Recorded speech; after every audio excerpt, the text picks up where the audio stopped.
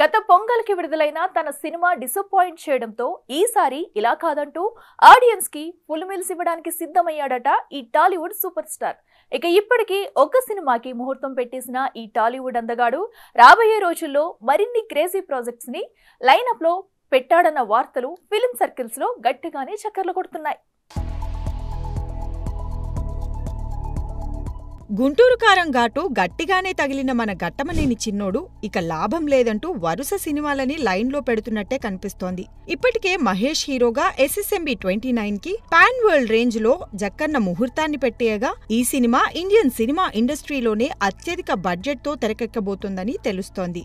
అయితే గరుడ అంటూ cinema title పై social మీడియాలో ప్రచారం జరుగుతున్నా ఎలాంటి అప్డేట్ ఇవ్వనప్పటికీ త్వరలోనే ఈ సినిమా షూటింగ్ మొదలు పెట్టబోతున్నాడన్న వార్తలు మహేష్ అభిమానులని తెగమురిపిస్తున్నాయి.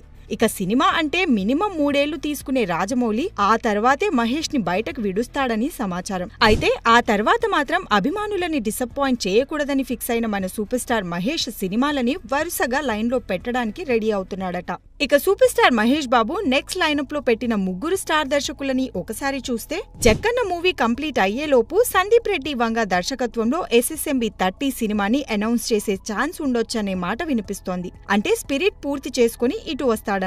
ఇక టీ సిరీస్ ఈ చిత్రాన్ని నిర్మించే అవకాశం ఉందని సమాచారం.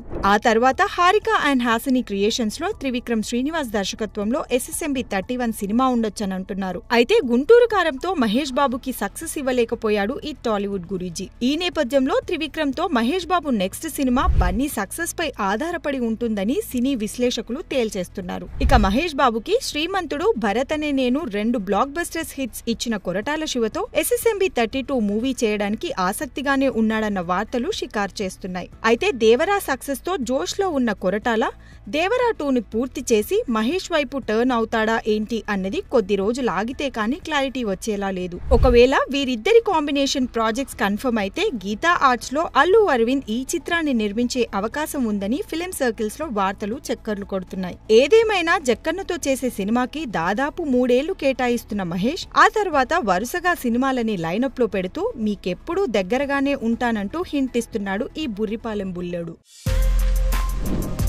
For more videos like this, subscribe Big TV channel.